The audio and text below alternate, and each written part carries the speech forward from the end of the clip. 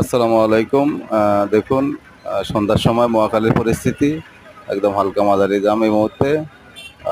অবশ্যই বৃষ্টি হচ্ছে অনেক প্রচুর পরিমাণে বৃষ্টি হওয়ার পরে এখন গুঁড়া বৃষ্টি হইতেছে। অবশ্যই সবাই ছাতা নিয়ে বাইরে হবেন এই কামনাই করি। আর অবশ্যই সবাই আমার চ্যানেলটা সাবস্ক্রাইব করে আমার পাশে থাকবেন। সবাইকে ধন্যবাদ পরবর্তী আপডেট দেওয়ার জন্য।